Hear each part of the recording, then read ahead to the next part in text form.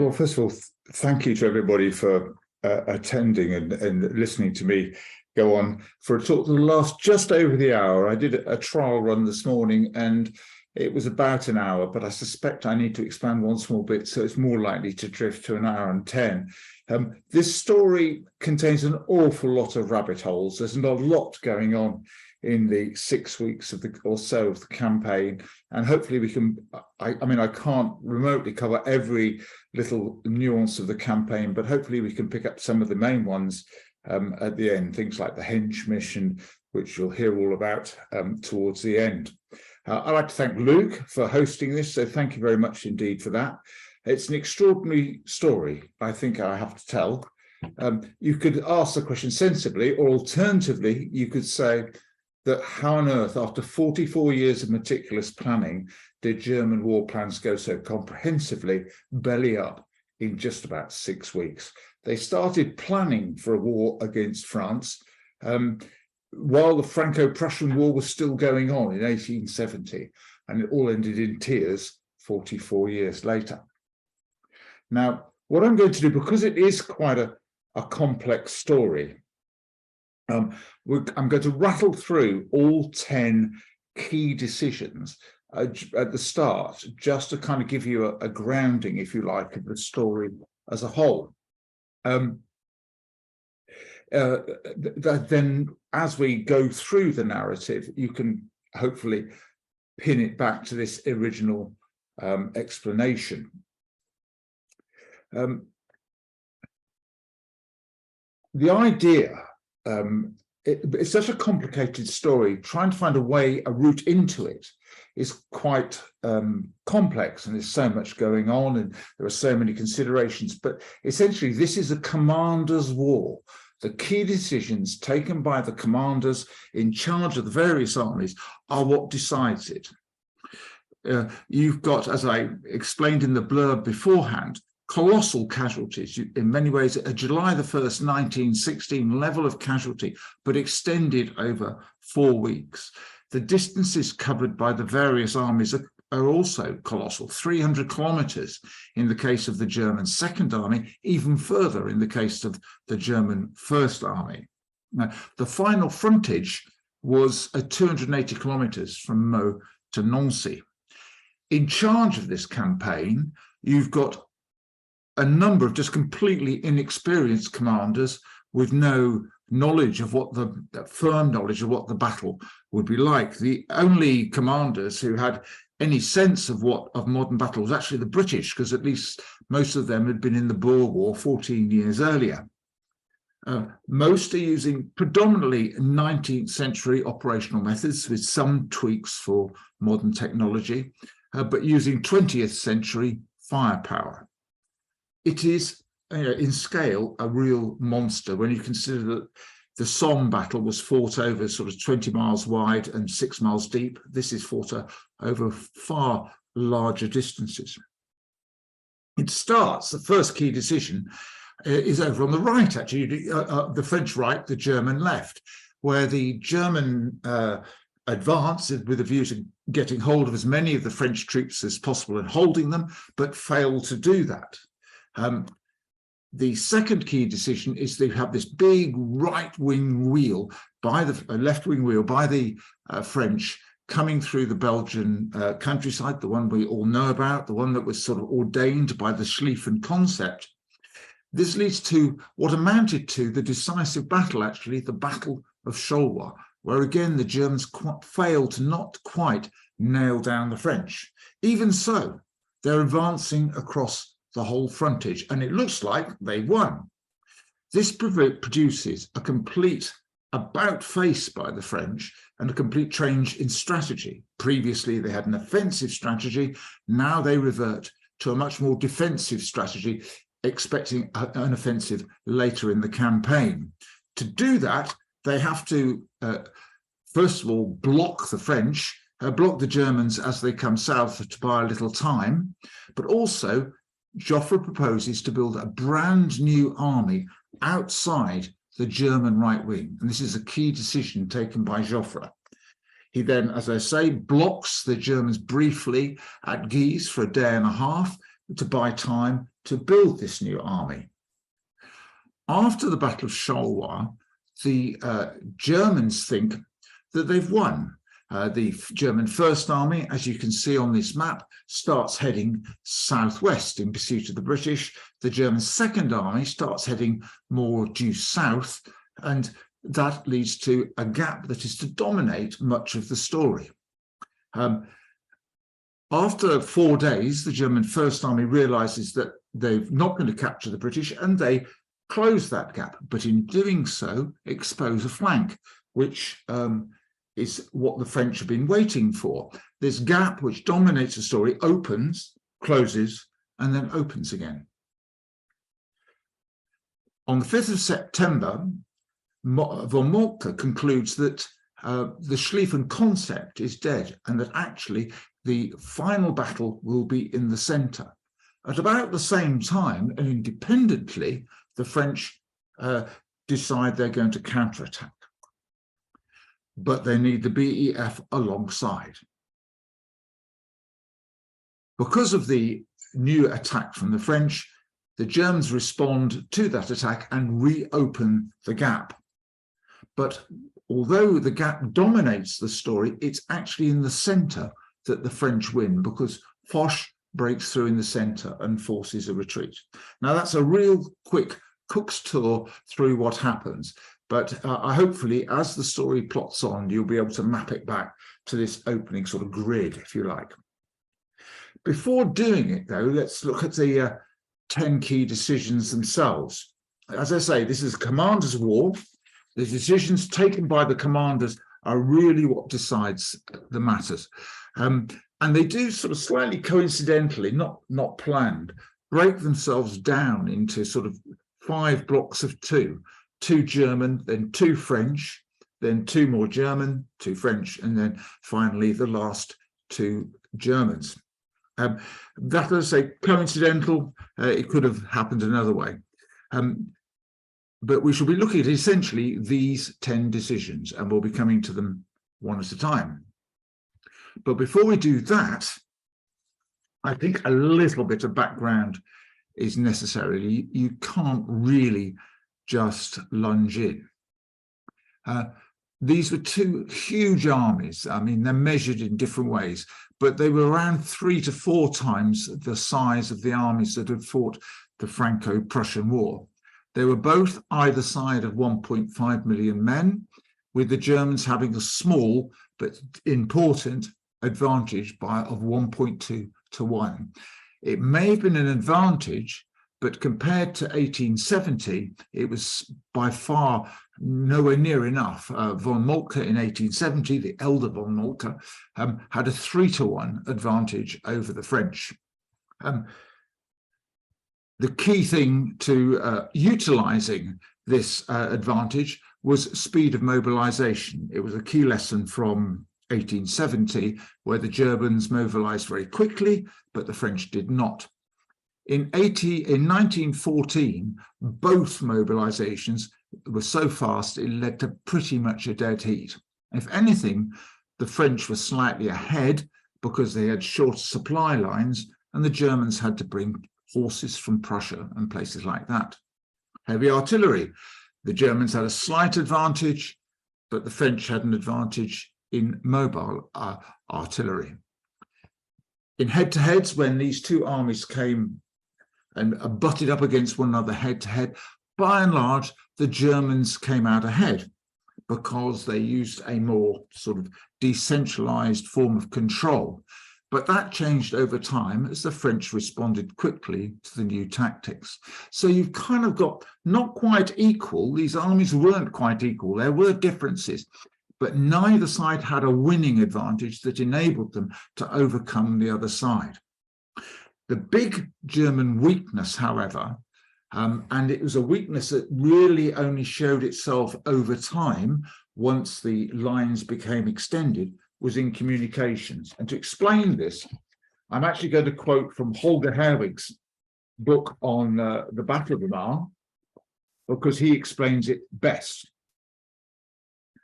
Herwig says, in truth, communications remained the Achilles heel of the German armies in the West. One scholar acidly noted, the war began with an end to communications. The OHL, that's the German HQ, adopted a single Morse-type telegraph transmitter that had a reach of just 300 kilometres, which meant that by the time the Battle of the Marne was being fought, the commander could reach First Army only by way of 4 relay stations at Peronne, Noyon, Compiègne and Villers-Cotterêts. Second Army could only be reached by 3 relay stations. Unsurprisingly, transmission delays of up to 24 hours were not uncommon. On one instance, they sent a message by telegraph, but somebody in a car got quicker and gave them the message before the telegraphed message arrived.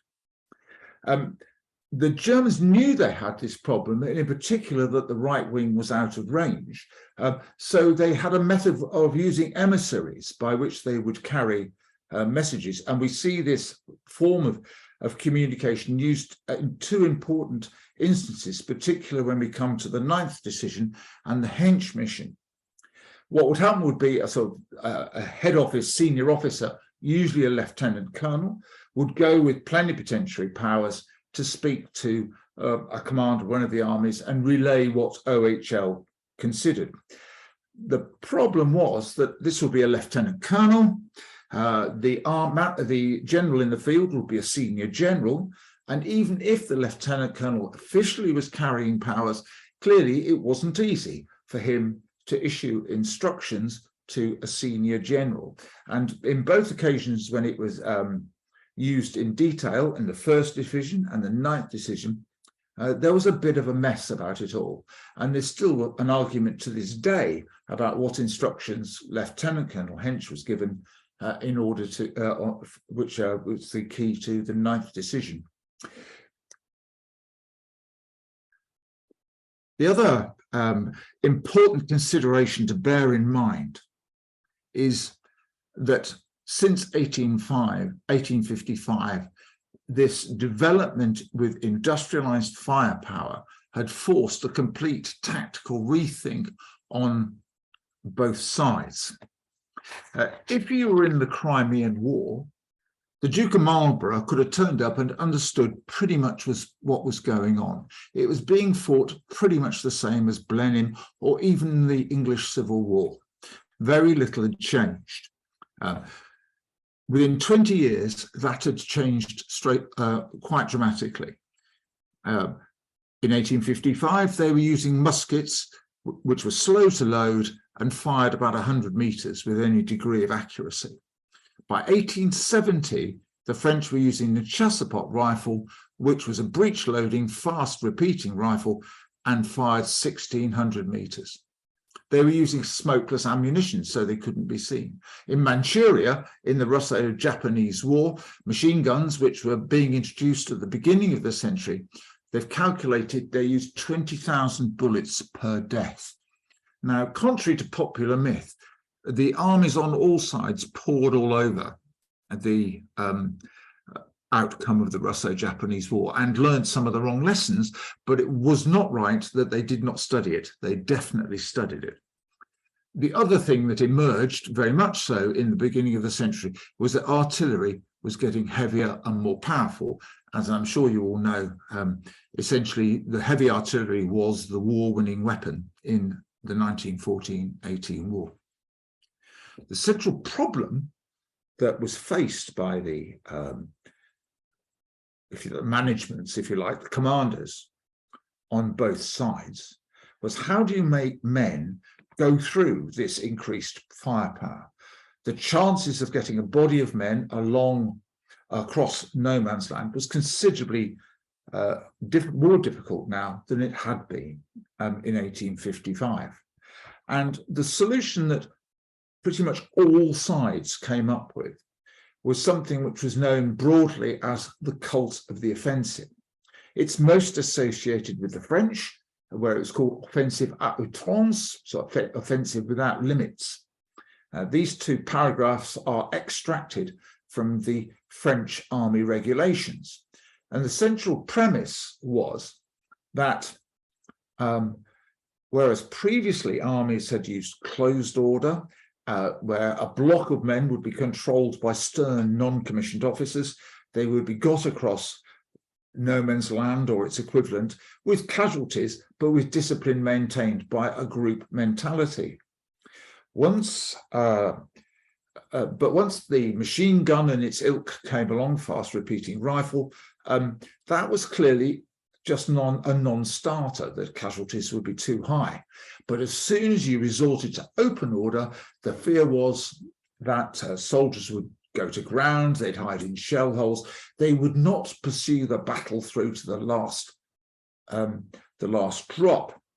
And the answer was that you had to sustain a high level of morale to get it through the firepower that they now faced. And this led them to this, one has to say, in retrospect, slightly bonkers idea that they could effectively, by spirit alone, get enough men through fire to defeat the enemy. And what this led to, particularly in the case of the French, was that men were sent forward, colours unfurled, bugles blowing, on an elementary bayonet charge with no artillery cover whatsoever. And it leads to this quote attributed to Foch, which was supposed to capture the French attitude to battle. My centre is giving way, my right is in retreat, situation excellent, I shall attack. Now, sadly, it's apocryphal. When Foch died, they wanted to say at his ceremony, at his funeral ceremony, this quote, and they could not find anywhere the document in which he wrote it. But it certainly captured the spirit. And before we think, oh, well, that was just the French, pretty much every army was wedded to a greater or lesser extent to the cult of the offensive. If you look at Haig's diaries throughout the war, he obsesses on morale far more than he does on the technical or mechanical or numerical calculations needed to conduct a large offensive. And before each of those offensives, makes some comment in his diaries about how high morale was, because he considered that the only way to get through firepower. Now, let's start then with the first decision. Now, this is actually the most difficult one to explain. And also what I'm going to try and do, if you'll bear with me, is to explain very briefly the strategy used by both sides, the strategies used by both sides. We're going to kick off with the French rather than the Germans, even though it's the Germans who are obviously taking the major part of the offensive action. French strategy was in many ways determined by external considerations. They knew they hadn't got the numbers to match the German army, not least because the French population was just over half that of Germany. They also were aware that were they to attack through Belgium themselves, then the British almost certainly would not be alongside, and they would lose the numbers that they'd gained from that. So for that reason and others, the French had the main focus of their attack around the Lorraine area, either side of Metz.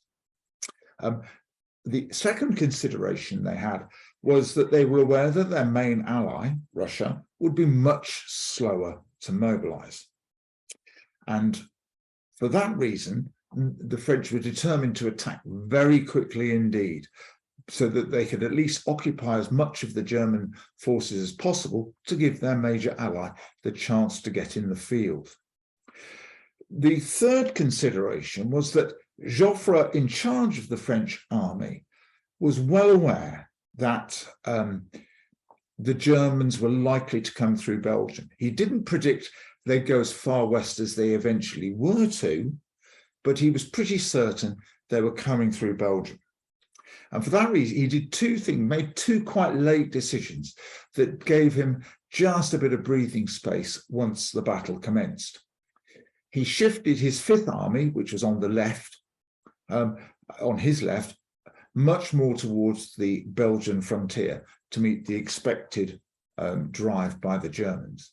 And he brought his reservists into the front line facing Lorraine, whereas previously they'd been held back and that gave him just a few more numbers to balance the odds against him.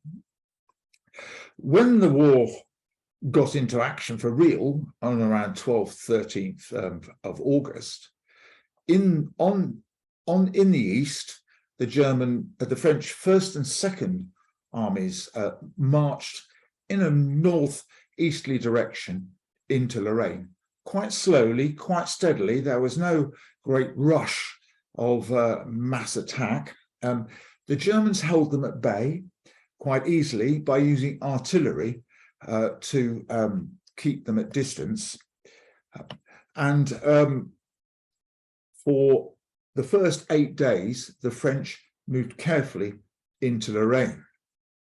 Now, the situation for the Germans was quite complex and not helped by the fact the orders that the German Sixth Army, which was almost exclusively Bavarian, the orders were quite opaque. They didn't open them, didn't see what their task would be until the war had actually been declared, when they got a letter from OHL saying, this is what you do. But the instructions were pretty unclear. They were unclear as to whether they should retreat continually and draw them in, or whether they should engage in battle. And the problem was that there were 3 scenarios, 2 of which were favourable, and one which was unfavourable, and it was, of course, the last one which they got. If the Bavarians had continued retreating, they would have engaged a large number of Frenchmen. Joffre would have been encouraged to ply in more because he was advancing, and that would ensure there were not lots of French forces facing the German right wing. The second scenario was that the Bavarians inflicted a major defeat on the French, in which case Joffre would be forced to reinforce, in which case, once again, French would not be free to reinforce against the German right wing. But instead, they got option 3, which was a tactical victory over in the east, which wasn't enough to defeat the Germans, nor was it enough to defeat the French, but nor was it enough to contain a large number of their forces. What happened was the French moved forward. On the 20th, 21st, the Germans sharply counterattacked and drove them back. In fact, they drove them back in a day, right back to where the French had started.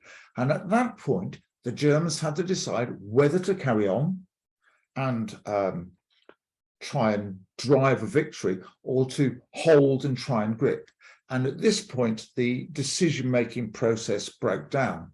Ruprecht, the Bavarian commander, and his chief of staff, von Delmensinger, had completely different views. Ruprecht was for holding fire, von Delmensinger was for carrying on.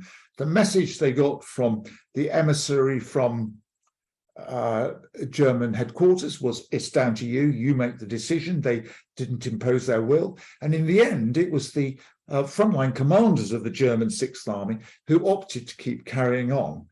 But by the 27th, the French had stopped them, trenches were forming, and you had the first signs of the war that was going to dominate for the next 4 years. The first trenches formed about 8 or 9 days before the Battle of the Marne started.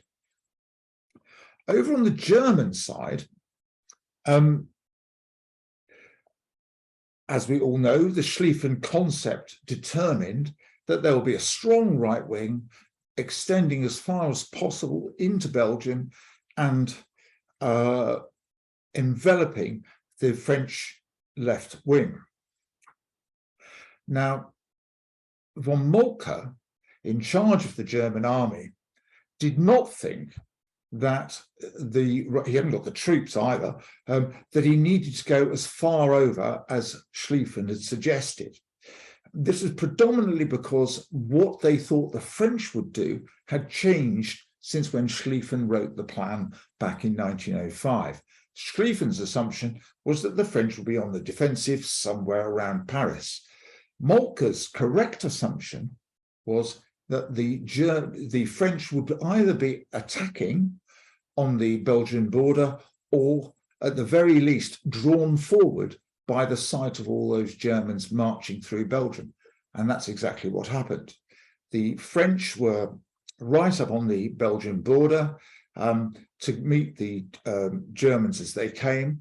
And so von Moltke expected the key battles to be fought, not around Paris, but in the Sambre Valley or around Charleroi, which leads us to the second key decision.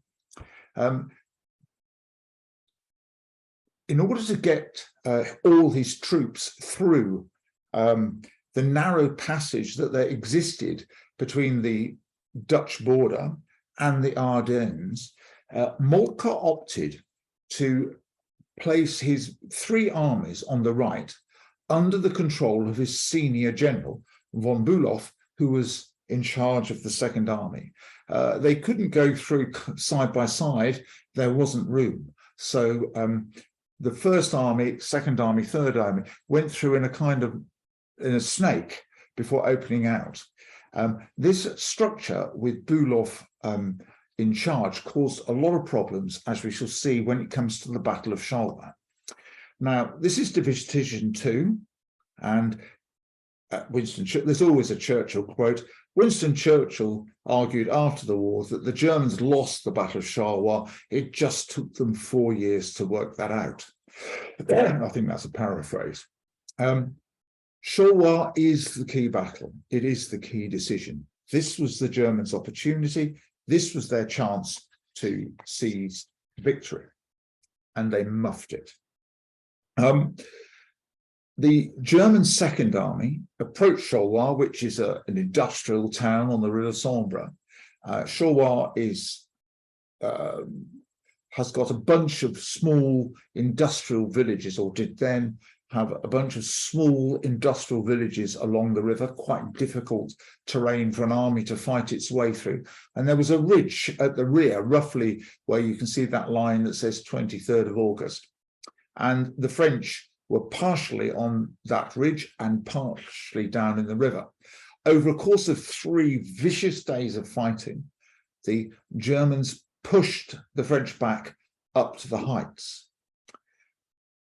But crucially, von Hausen, the general in charge of the Third Army on the German left, you can see, got almost clean through and drove down the Meuse Valley alongside Charleroi. He sent an advance guard as far as Givet, which is, as you can see, to the south.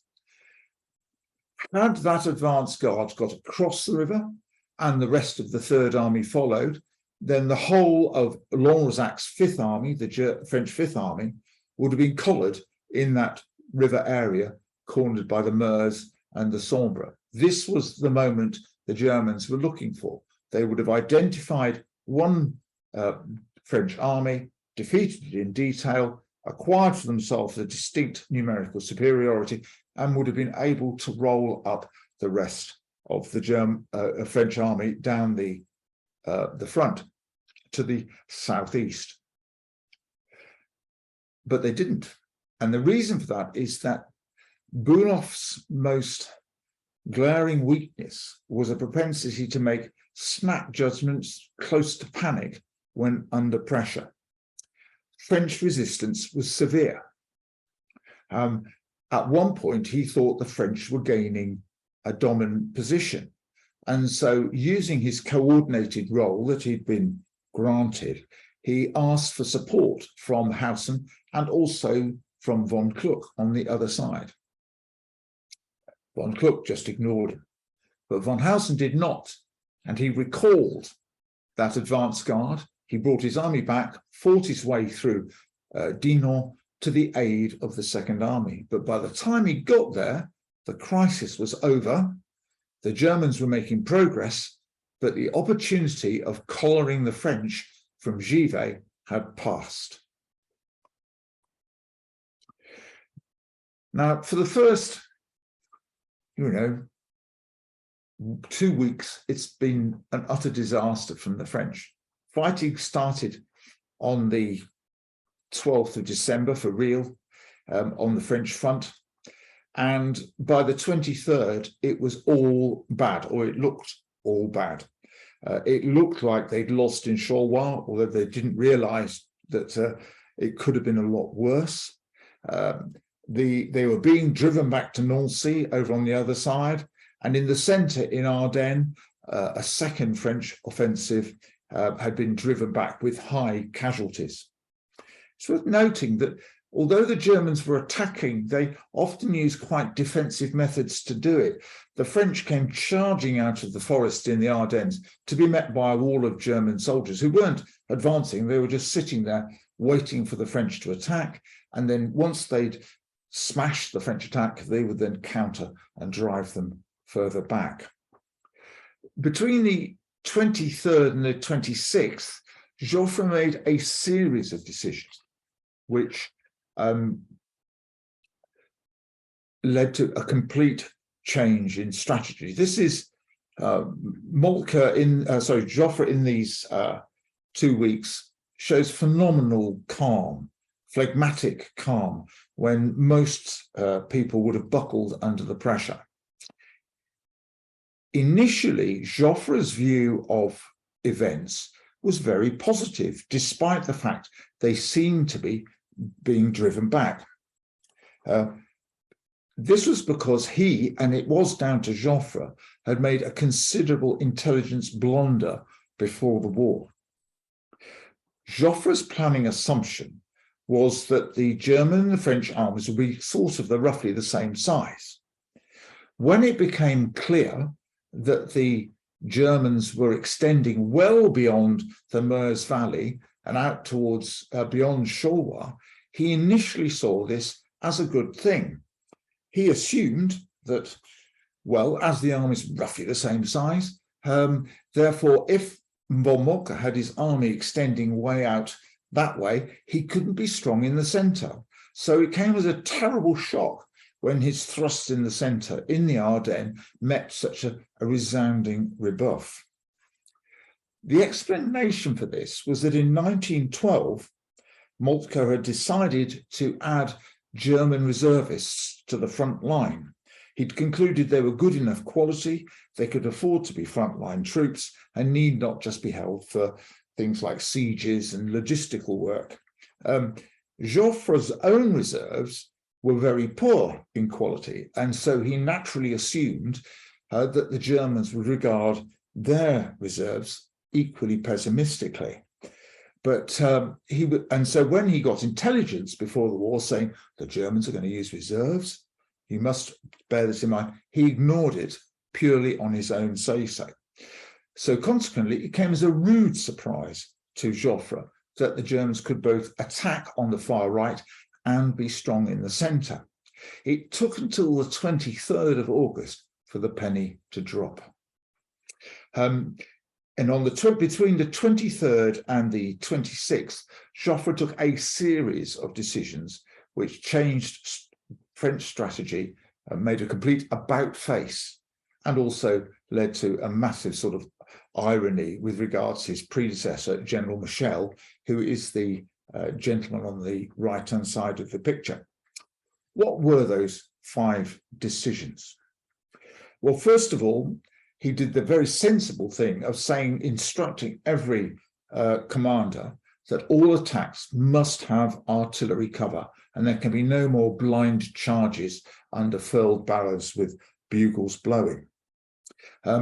Believe it or not, this simple instruction made quite a dramatic difference. There's in one of the histories of the French army, it's pointed out that one particular division attacked without artillery on the 22nd and was slaughtered, and attacked with artillery cover a day later and had a noted success. Secondly, because he'd shifted the Fifth Army over towards Belgium, he had a bit of a gap between the Fifth Army and his Fourth Army, and he created a new army under Foch, the Ninth Army, which was in the middle to plug that gap.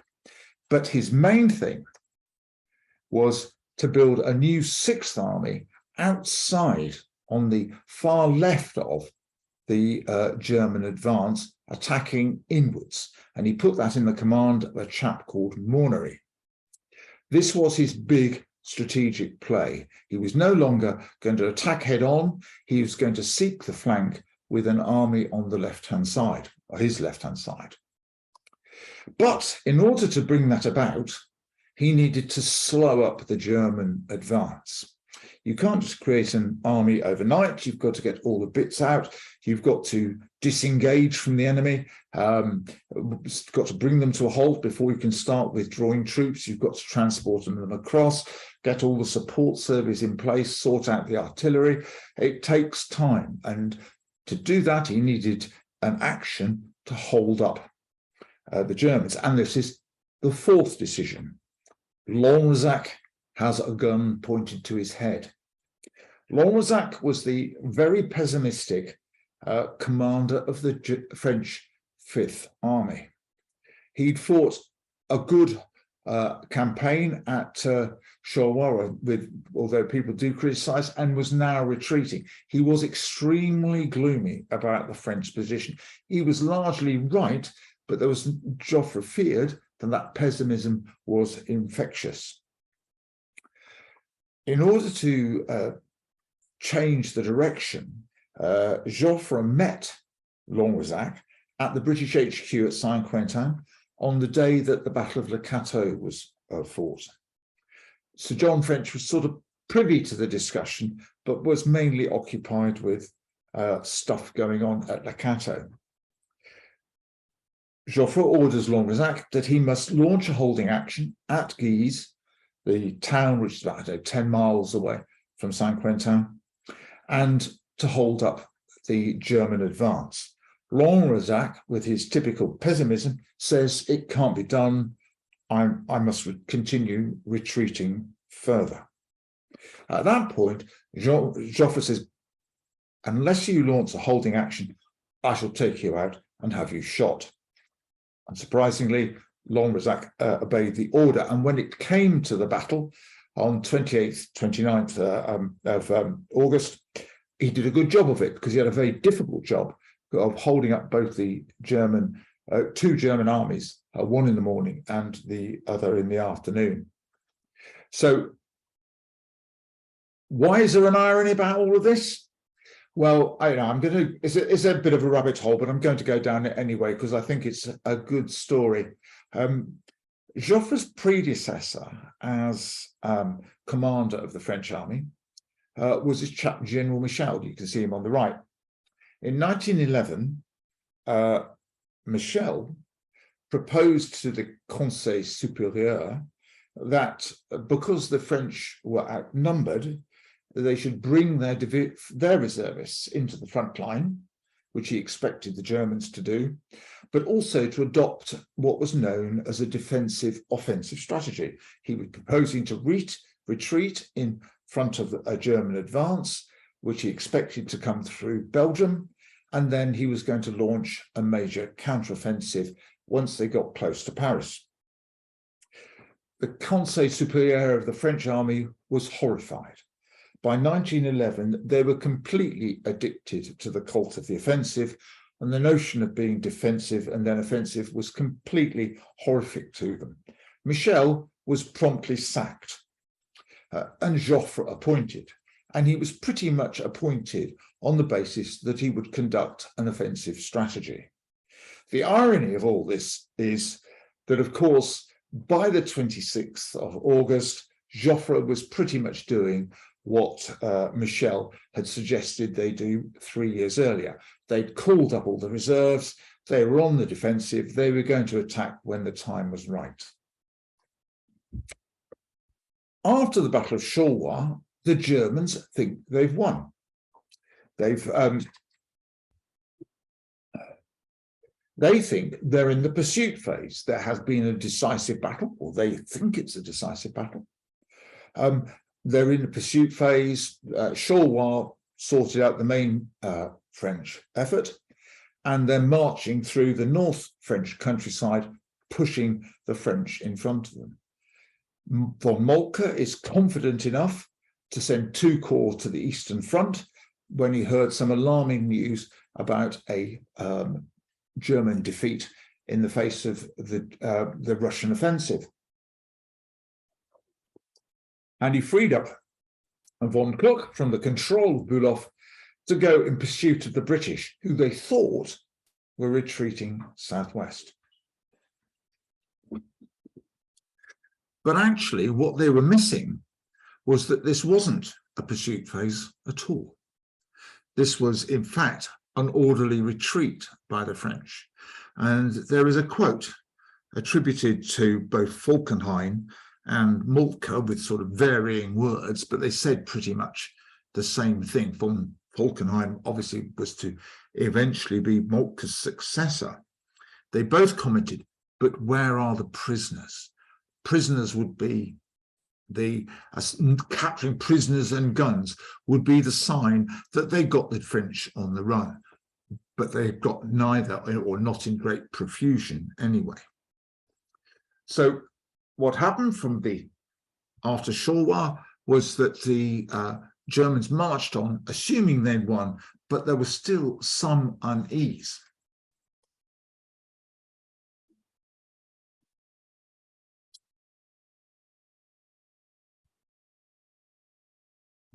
Kluck has been given permission to go in pursuit of the British, who they are assuming have retreated southwesterly to the lower Seine.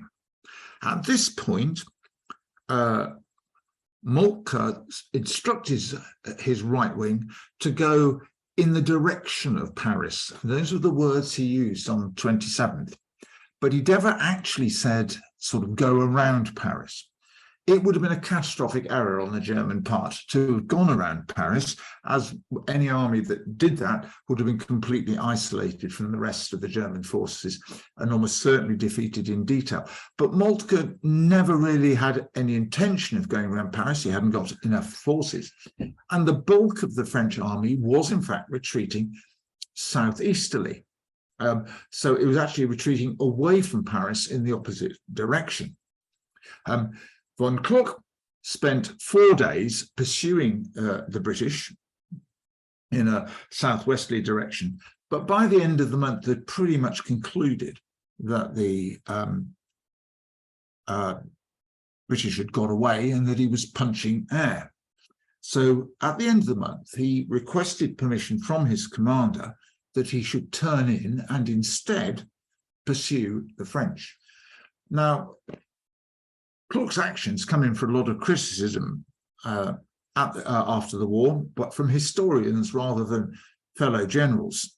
But there was a general agreement across the German High Command that Kluck should turn in. Von Moltke wanted him to turn in because by pursuing the British, a 30-kilometre gap had opened up between the First and Second Armies, which you can sort of see on the map, with First Army heading one way and Second Army heading in a different direction. Von Bulow wanted that, and so did the Commander-in-Chief, von Moltke. He also noticed the gap. He also felt that von Kluck should turn in. That von Kluck did turn in was actually not the wrong thing to do. It was the right thing to do. The problem was the way he chose to do it. And the purpose for that turning in. Von Kluck wanted to turn in and take his First Army in pursuit of the French Fifth Army that was sitting there, he thought, waiting to be got. However, the other two senior commanders had a different role in mind for him. They wanted that First Army to become a flank guard to a battle which the Germans increasingly thought would be won in the centre and not on the right, as had been predicted by their original plans. Von Kluck wasn't that happy with being relegated to the junior role of just being flank guard. So he ignored Moltke's instruction and went hell for leather after the retreating French.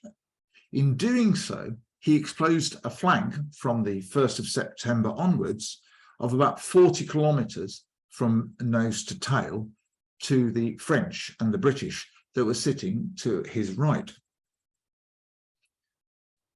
For 4 to 5 days, von Kluck marched on, vainly trying to catch up with the French, all the time exposing this flank and at the same time not giving enough attention to guarding that flank to any incursion by the British or the French.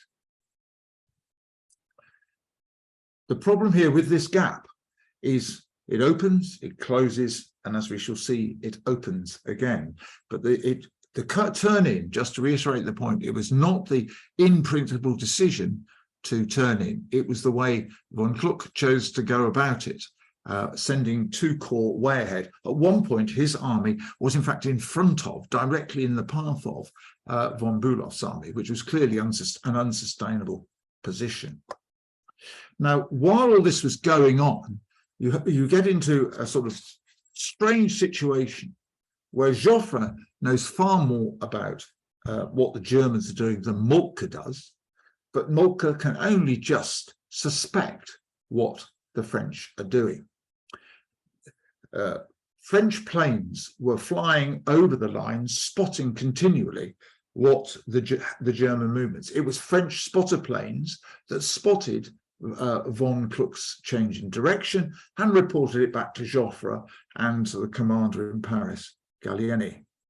The plane that spotted the first move was not this one or one of these. This is a Blériot, you'll recognize it, the sort of plane that crossed the Channel in 1909.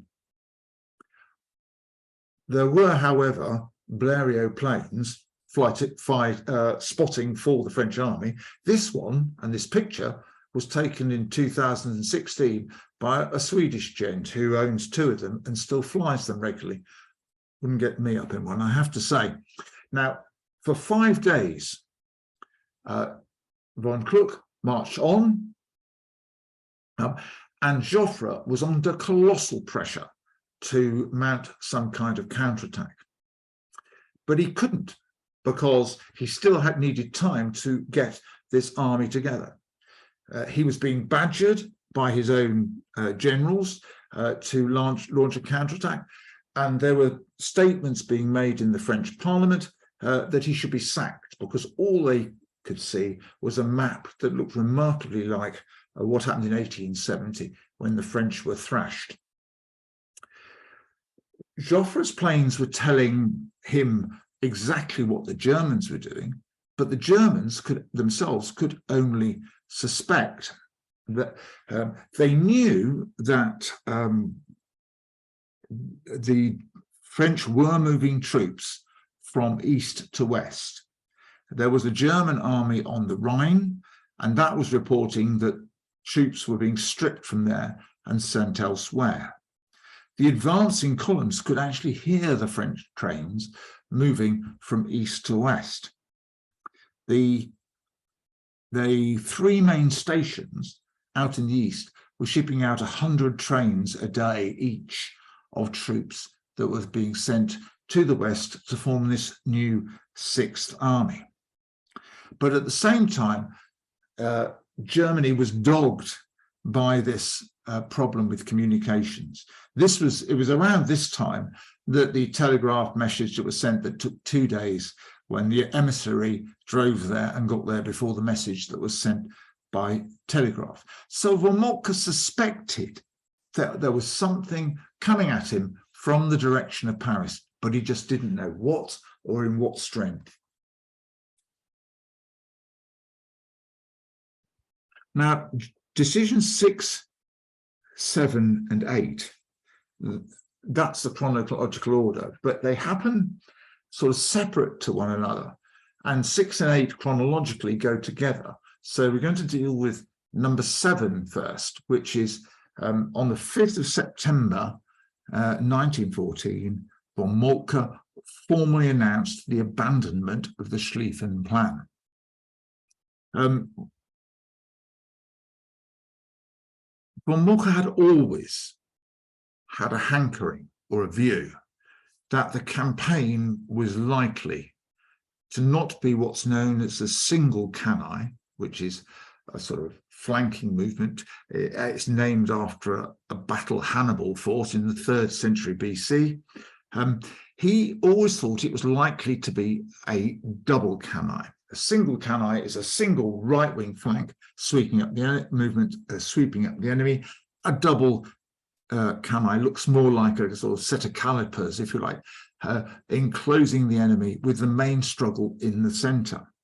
When you look at what Moltke did to the original Schlieffen plan, how he shifted the forces, and then how he conducted the battle, you can see that even though he's not consciously changing the strategy, there's almost like a nervous twitch that he's hankering for the action to be on both sides of the battlefield, with the eventual denouement in the centre.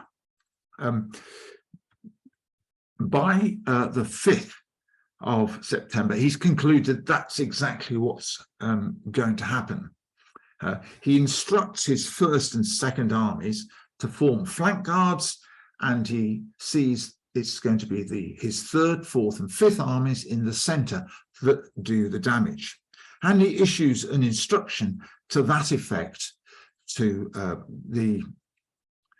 his generals. I mean, you can see why he thought that. The only French armies he knew about, because he had no idea about this new army being formed over on his right, the nearest army to Paris was in Château-Thierry, nearest French army. That's 75 miles from Paris. So it was fairly obvious that with von Kluck's army sitting sort of just north of Paris, that the main action was going to be in the centre, or that's how he saw it, because he didn't know of the existence of this new army.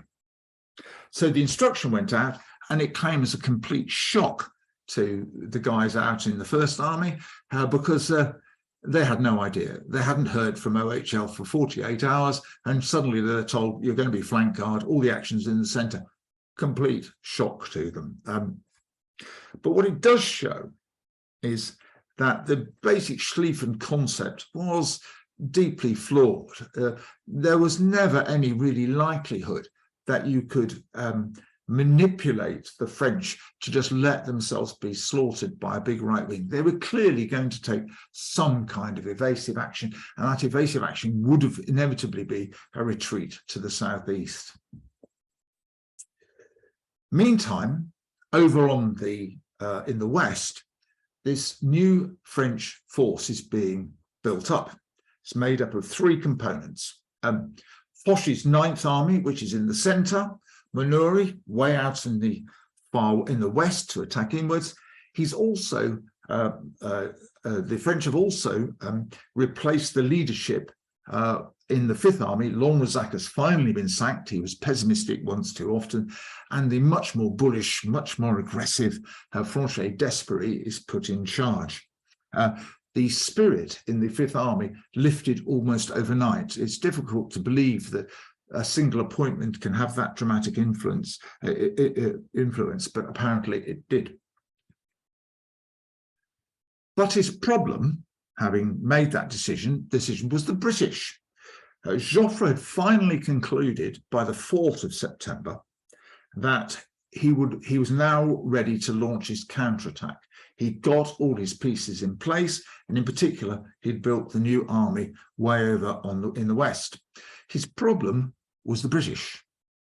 The British were placed rather uncomfortably in between 2 big French armies, the 5th and the 6th. They also faced the weak German flank of the German 1st Army.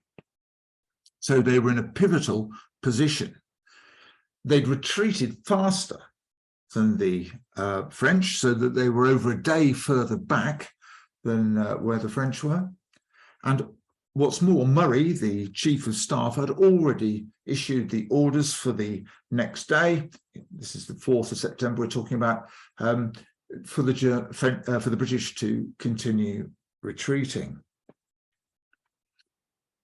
To make matters worse, the French were getting quite mixed messages from the British. They were getting pessimistic messages from Murray. They were getting optimistic messages from Sir Henry Wilson, who was the sub-chief of staff. They couldn't get hold of Sir John French because he was out visiting troops when he should have been at his command post. So Joffre, true to form, leaps in his car and drives 200 kilometres to the British HQ in a village called Melun. Along the way, they came up against a level crossing with a huge transport train full of troops being shipped to the west. So they had to stop, very frustratingly, to let this through. So needless to say, being Joffre, they went and had something to eat and just sat and watched the train go by. Joffre arrived at French's HQ around so 2 in the afternoon. We only have one time that's gone on, I'm sorry.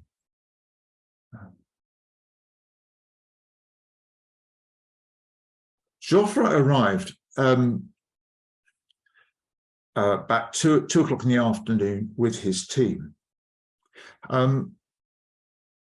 They didn't sit down to discuss. The two teams stood facing one another for what was quite a brief meeting, considering its importance.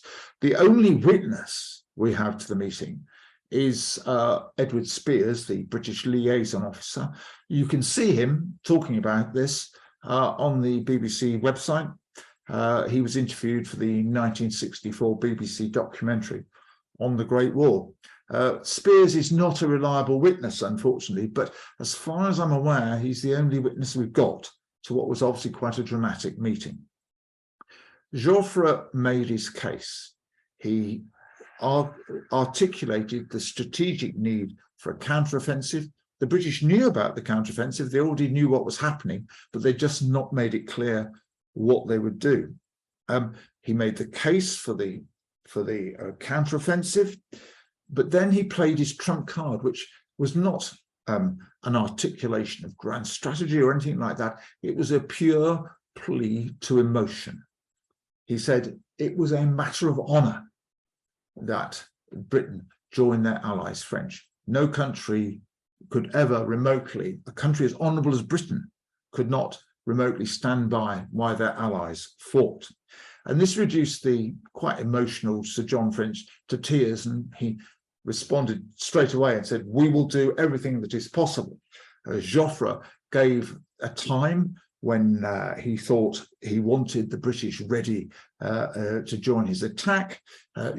French agreed to it straight away, at which point Murray pointed out they haven't got a cat in hell's chance of getting there for that time, and it would have to be at least 3 hours after that, to which Joffre just said, "I will not quibble about details," I paraphrase, I will not quibble about details. I'm sure an honourable nation like Britain will take part at the time they can.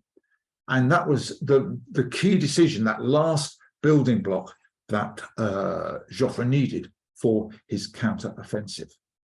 We're going to take a little bit of a detour, another little rabbit hole, to just consider one of the myths of the whole Battle of Marne, or sort of myths, the Paris taxis, and that were allegedly used to ferry troops to the front.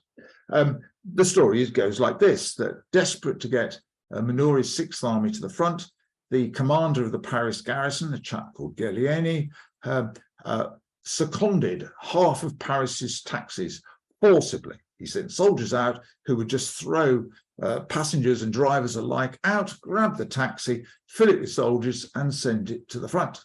And there you see the picture. And yes, it did happen. The trouble is that if you fill as many taxis as Paris provided and multiply it by 4, or 5 at the most, you end up with about a regiment. So yes, it was a great PR stunt, but in terms of making a difference, not really. Battle was engaged on the 5th of September. Joffre's orders had originally been which went out on the 4th of September, that the attack would start on the 6th. But there was an accidental coming together out on the German right, French left, when the French Sixth Army bumped into a small flank guard under General von Gronau, which had been posted there against this contingency, but was definitely outnumbered. Because that blew the gaff, Joffre instructed that the whole French army, and the British joined in, attacked straight away, and the Battle of the Marne started on the 5th of September. Now, at the outset, the Germans were jubilant.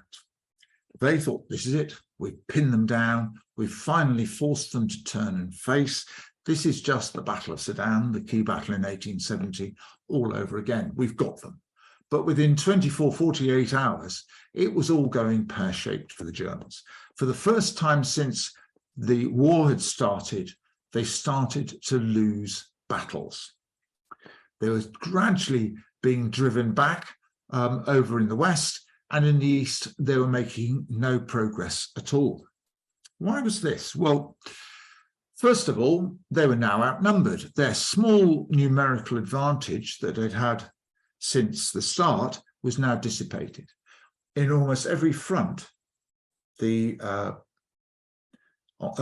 French and the British had a numerical advantage. The French had wheeled up the reservists that they hadn't wanted to feature. Increasing numbers of British troops were now arriving. There was an additional corps in the field, pretty much by the Battle of the Marne. Now the numbers were definitely on the Entente side. Secondly, the Germans, well, to put it bluntly, they were knackered. The German Second Army had fought 4 battles and marched, say, 300 kilometres. It was also taking its toll on the leadership. If you work your way along the leaderships of the 6 German armies, you can see dotted all over the place illness, fatigue. The chief of staff of the Second Army was bedded up. The general in charge of the Third Army was also in bed. The structure was beginning to break down under the stress, and they had a numerical disadvantage. Their logistics were crumbling. They hadn't got enough lorries. At one point, they were forced between 3 choices, providing food, ammunition, or soldiers, but they couldn't provide all 3. And there is some evidence also that a late change in the spec for German artillery shells had been changed, and they were getting a high percentage of duds. And this was reported by the British in particular, that they were coming under artillery assault, and all they were getting was explosions overhead and no damage. And there has been some research which has indicated that a change in German spec, the spec for German shells, has meant that their quality wasn't good enough, and it was beginning to tell. And this faulty ammunition was really only coming through as the battle wore on. Also, as the armies marched south, there was a fair amount of kind of robbing Peter to pay Paul, so that von Bülow would call on the army next to him, the Third Army, to provide extra troops for his drive, as he had done in Charleroi. On the other side of the Third Army, the Crown Prince's army was also asking the Third Army to cough up troops to bolster their effort.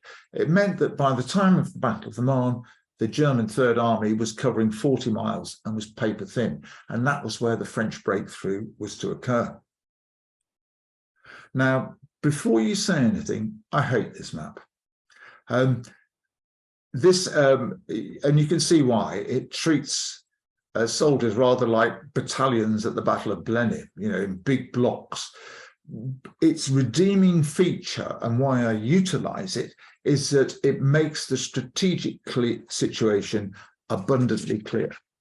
Over in the east, so to the right of this map, you were in a pretty static situation. The armies were head to head. You were beginning to get the trench lines forming. That was to be the feature of the war. All the fun and games were over in the west, and because of the situation you can see here. 3 things were happening.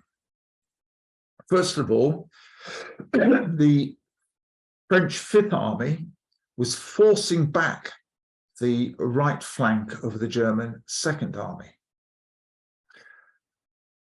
Secondly, because of the pressure from this new army created in the West, the German First Army had pulled back the troops that had sent ahead, and the gap had reopened. And you can see it very clearly there beneath where it says First Army Kluck.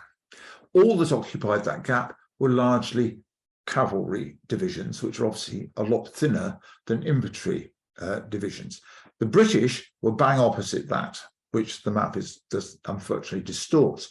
Thirdly, we're seeing this battle going on the River Ork, where the German 1st and the French 6th were head-to-head.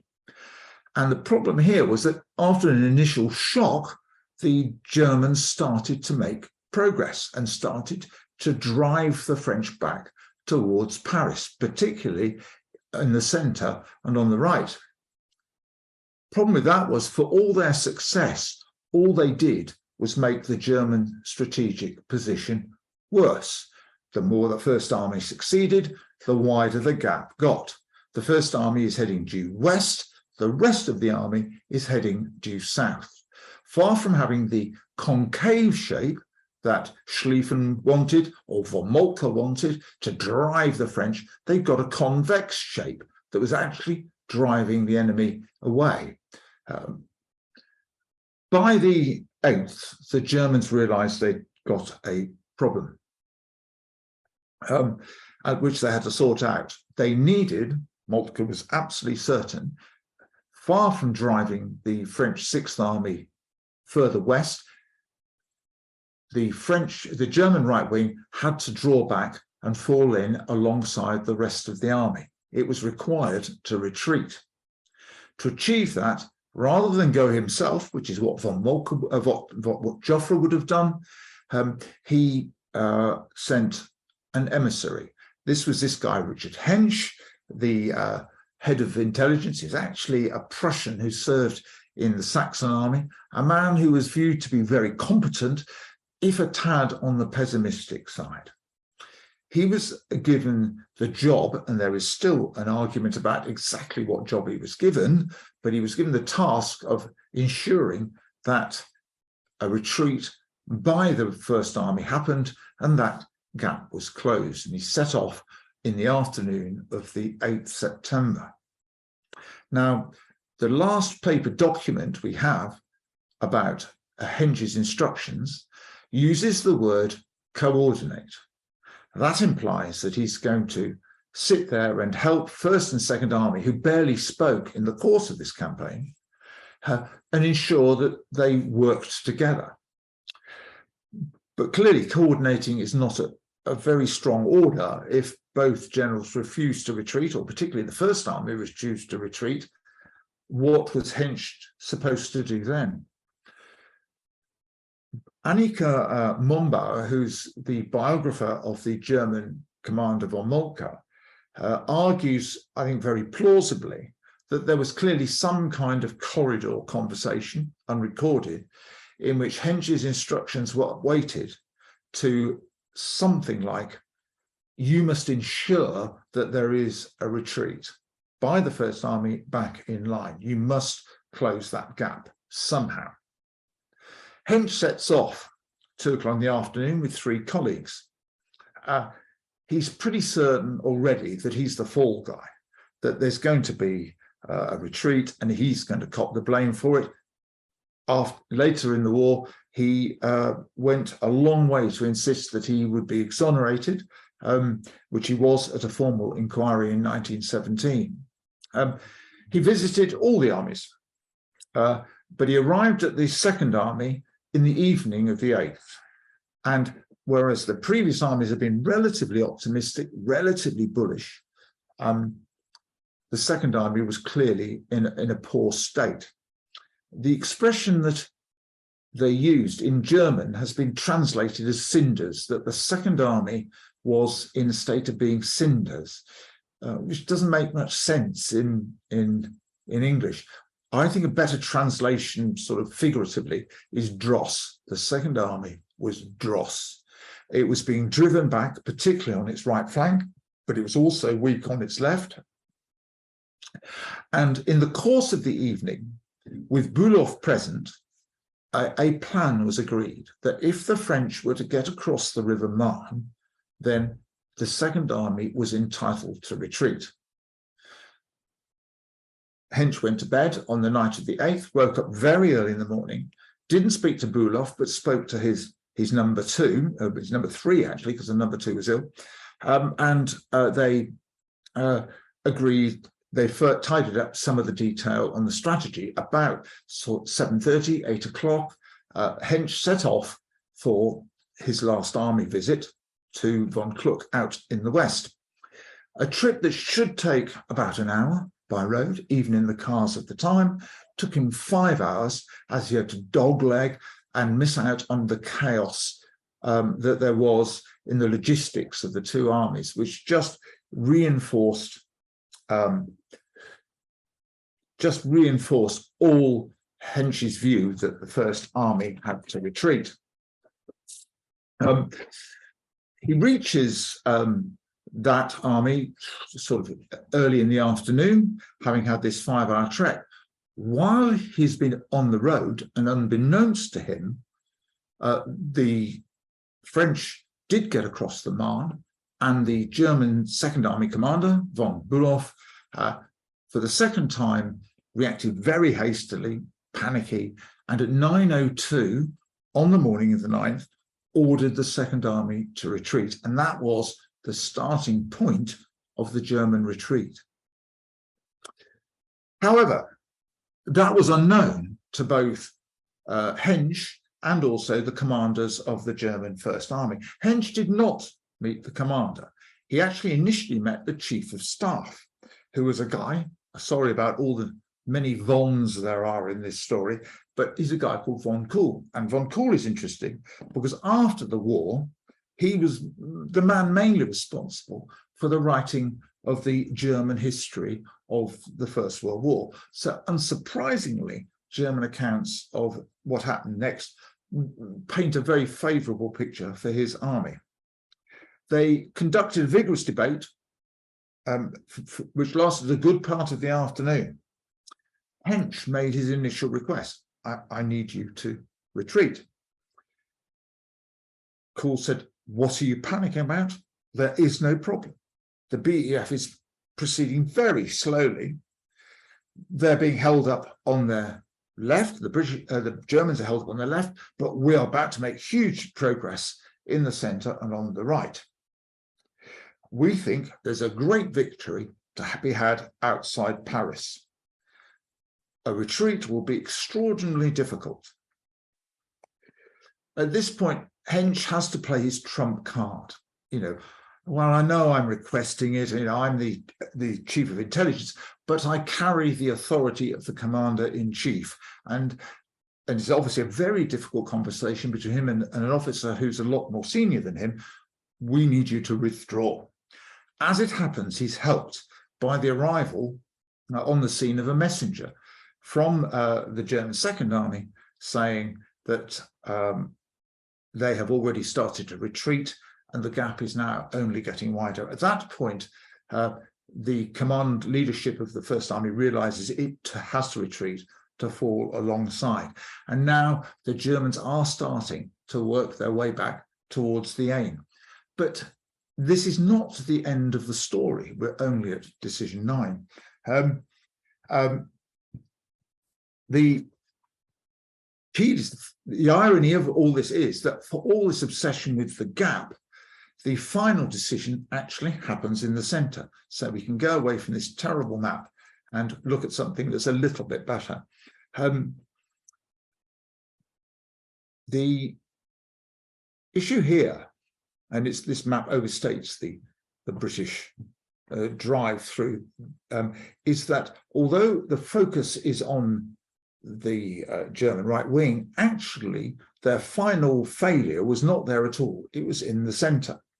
Hensch drove back to his HQ actually in quite a bullish mode.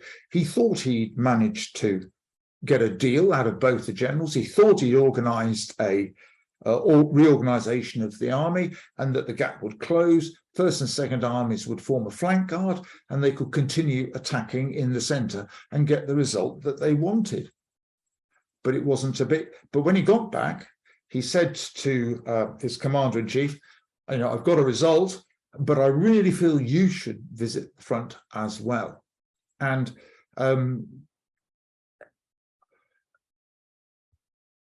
von Moltke, for the first time and only time, agreed to go to the front. The comparison with Joffre is very sharp. He drives out and he visits Fifth Army and gets satisfactory reports. He gets as far as the Fourth Army when they intercept a message from von Bülow back to Luxembourg, which says that the French Ninth Army have broken through in the center. At this point, as the map kind of well illustrates, the German army was in risk of being split into three separate parts, with the British plodding sensibly into the gap and Foch attacking through an area known as the Marshes of Saint-Gond. At that point, Moltke, who was already teetering on the edge of a nervous breakdown, orders a full retreat and drives back to Luxembourg, effectively a broken man. He doesn't relinquish command formally until the new year, but he is effectively out of a job within 2 days. There is a curious tale, which again is told very well by Herwig, about what happened to von Moltke on his way back to HQ. General Kurt von Einem, another von, was heading to the front in a car. He was due to take over a corps command in the German Second Army. He had been, before the war, Minister for War, so he was completely up to speed with what German war planning was supposed to achieve. He'd also been Minister for War when Schlieffen had written the famous plan. When he gets to Reims, coincidentally, he bumps into Moltke driving back from having taken his decision, and they both have a coffee together. Herwig describes the story thus, or describes Einem's description of what happened. Einem says, "I met a totally broken and disconcerted man." Incredibly, Moltke began the conversation by asking Einem, "My God, how could this possibly have happened?" Einem lost his composure. "You yourself ought to know the answer as to that best of all. How could you ever have remained at Luxembourg and allowed the reins of leadership totally to slip from your hands?" Moltke was taken back. "But my dear Einem, I could not possibly have dragged the Kaiser through half of France during our advance." Einem's harsh reply was meant to be quick, meant to cut to the quick. "Why not? The Kaiser most likely would have not had anything against it at all. And if your great uncle could square it with his sense of responsibility to take his king right onto the battlefields at Königsgrätz and Sedan, you and the Kaiser could at least have come sufficiently close to the front to keep the reins in your hands." For Moltke, the war thus ended as it had begun, with a brutal and negative comparison to his uncle, the elder von Moltke. So by the 12th, 13th of September, the Germans are now falling back to the River Ain, which will form the next front line. And that is our 10 decisions. That's decided the outcome of the battle. But it is worth, as a sort of concluding point, look at what happened in the light of 4 sort of military dictums, if you like. The first one is, over time, an attack gets weaker, and defense gets stronger. This is a Clausewitz dictum. Well, absolutely true in this case. Absolutely true. As the attack wore on, the Germans got weaker, the French got stronger. You've heard it described. By the time of the Battle of the Marne, the French probably had a 20% numerical advantage, or the Entente had a 20% numerical advantage. So true. The second axiom is generals tend to fight the previous war. Now, I think on reflection, this, I think, is totally untrue. French strategy, although the operational methods may have been distinctly 19th century, their strategy was the exact opposite of what the French had pursued in 1870. In 1870, they'd been largely on the defensive, slow to mobilize, and waiting for the Germans to come onto them. In 1914, the French opted to be an extremely offensive strategy and to drive straight away at the Germans. So not true. When you look at the Germans, their strategy too had changed quite a lot in two respects.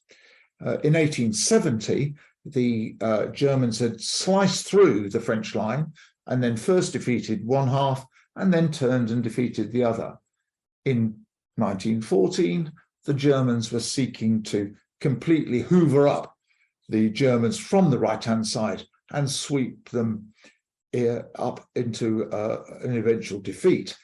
They were not seeking to absolutely penetrate the line as they had done in 1870. But there was a more profound difference in a way, that one of the elder von Moltke's dictums, which is absolutely true, is that no plan or no strategy survives first contact with the enemy. Schlieffen completely rejected that. By day 37, the Germans were going to be in a specific place. Every day was mapped out. It was going to be done in 42 days or 6 weeks or whatever. It was planned down to in meticulous detail, completely the opposite of what the elder von Moltke suggested should happen. So that was undoubtedly this axiom, not true. Third axiom, I read this in a book from Lawrence Friedman, which was published just before Christmas, on command, focused mainly on war since the Second World War. But he comes up with a statement, and he's got Putin in mind, but also Hitler, that autocracies are poor at setting strategy. And for the obvious reason that nobody wants to contradict the boss, nobody will get up there and say it can't be done. And as a result, they undertake offensives that then end in failure. Now, what I've got in mind here is not so much the Kaiser as the German general staff. It was 60 men working huge hours, a colossal case of a groupthink. Nobody challenged the central dictums. Nobody said this won't work. There was an absolute belief they could do it. What you saw in Britain, and to a lesser extent in France, there was some oversight. You know, the British strategy was taken through the ringer in 1911, and before a soldier left the country, it was given the once over by the politicians. There was some kind of check and balance. There was no check and balance in Germany. And so in this sense, the autocracy we have in mind is the German general staff. And the final, so it's not dictum or axiom, it was just a point that was made by Peter Wilson in a book, again published just before Christmas, about German military strategy, was that it's a myth that Germany was a great military nation. In his view, they had no particular special expertise at war. They were quite good at surprise attacks, but tended to have no plan B when plan A didn't work. And again, I think we would say that's true. Obviously, they succeeded in 1940, but in all their other surprise attacks, no. In the end, they were forced onto the defensive and lost. So that's just a way of tidying up this talk, which I hope you've enjoyed, and I hope I've stuck to the hour that I allowed myself. Happy to take any questions here. All right, I see there are 2 or 3 comments already. Right, just a just a couple of questions. We've got just a few minutes, but Bill Twist, who doesn't have a video, has asked me to ask on his behalf, has asked, you described the French use of aircraft in the period 26th of August to 5th of September. I wonder if you have any comment about the use of aircraft with the RFC by the BEF in the similar area. Not specifically by the BEF. There is a yarn told by Spears, whose I say his commentary is coloured by his prejudices, that when right at the very start of before Mons, British planes were up, spotted the big German right wing, landed, went to see French. French poo-pooed what they told him, but all he asked about was, what's it like up there? Do you feel ill, having been so high? And was more concerned for the pilot's welfare than the news he brought. I think this is unfair on Spears's part. I think it's reasonable on French's part to ask somebody who's doing something very unusual how they fought. But there's no doubt that French did ignore the advice that came from the airmen, that the Germans were marching, because it ran so contrary to all their other intelligence. Thereafter, I'm afraid I can't add much extra about the use of planes by the British. Apart from that particular sort of anecdote, this is mainly, and I perceive it as such, as a kind of Franco-German story, and that's kind of where the battle mainly lays.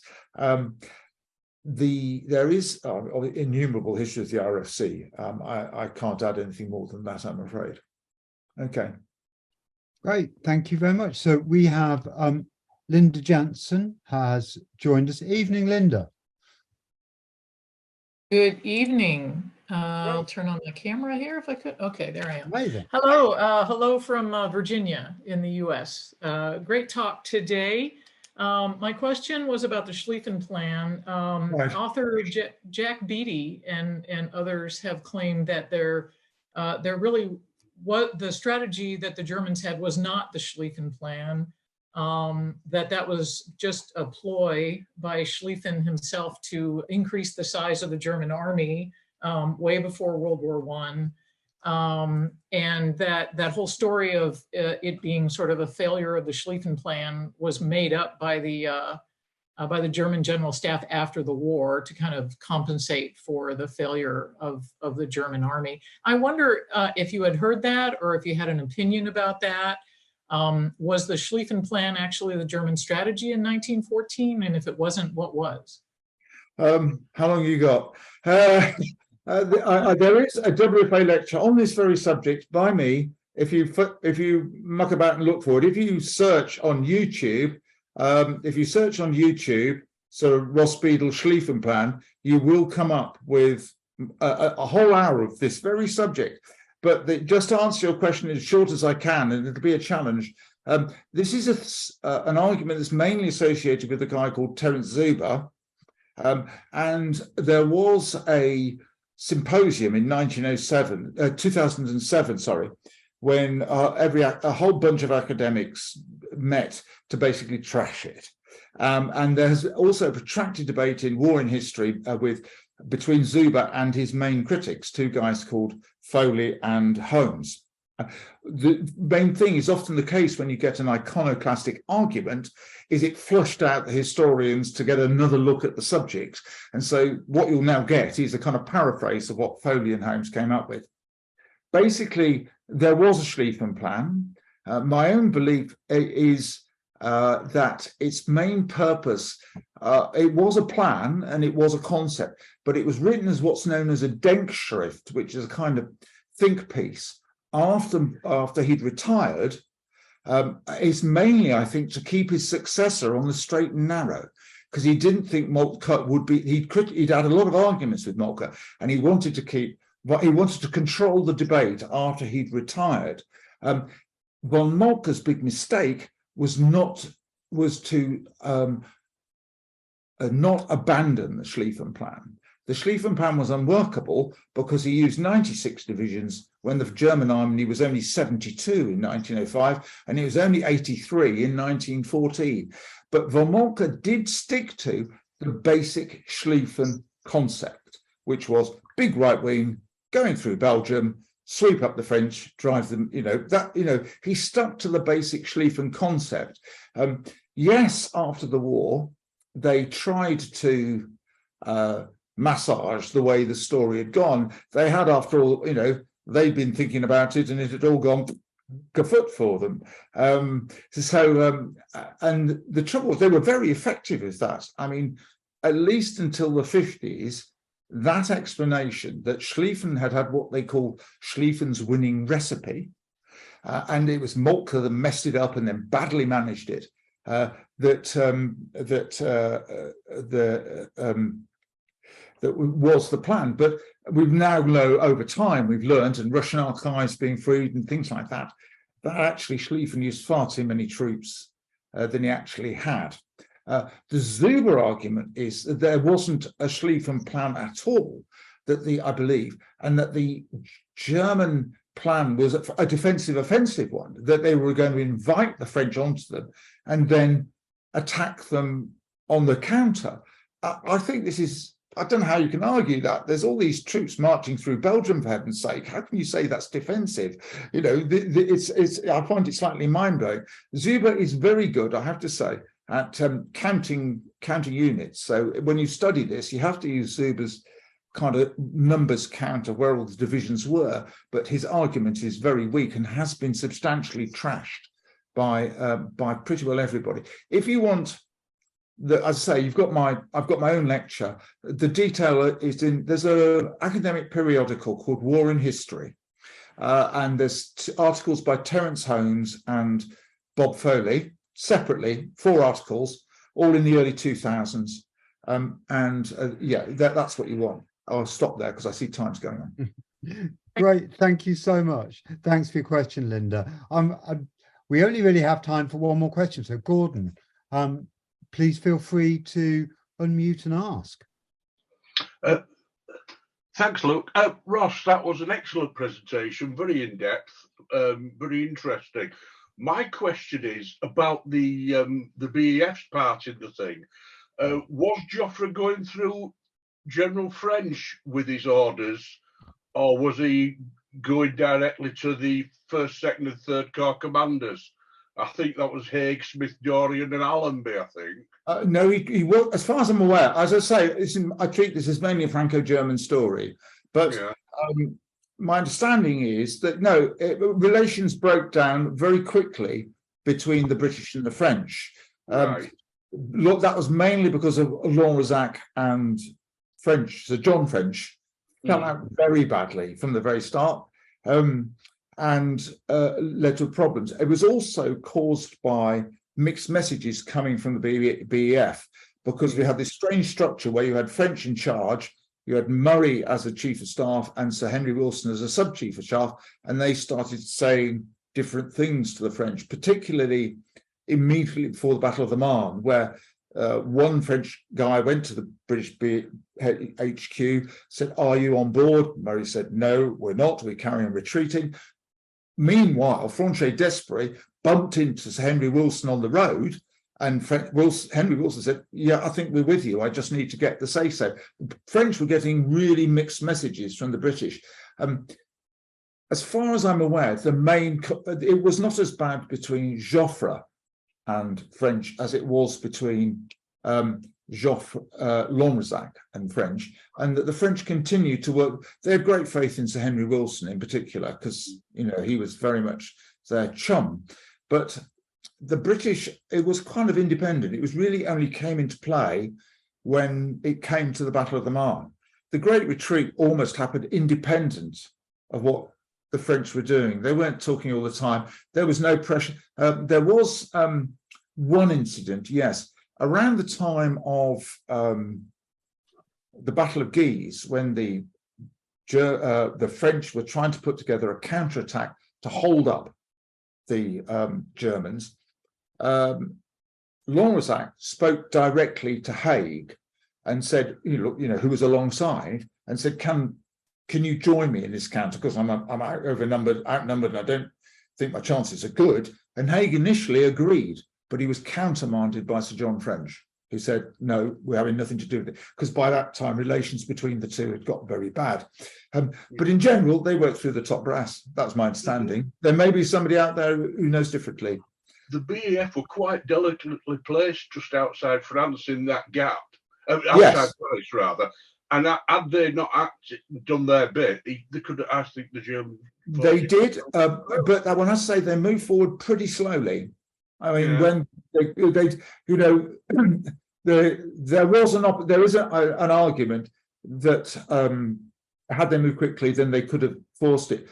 One of the key moments undoubtedly was German spotter planes looking down and seeing 4 British columns moving very sort of steadily into that gap. And that was a visual imagery that reinforced Hench's mission. Hench was saying, and this chap was saying from the aeroplane, you've got a problem here, chaps.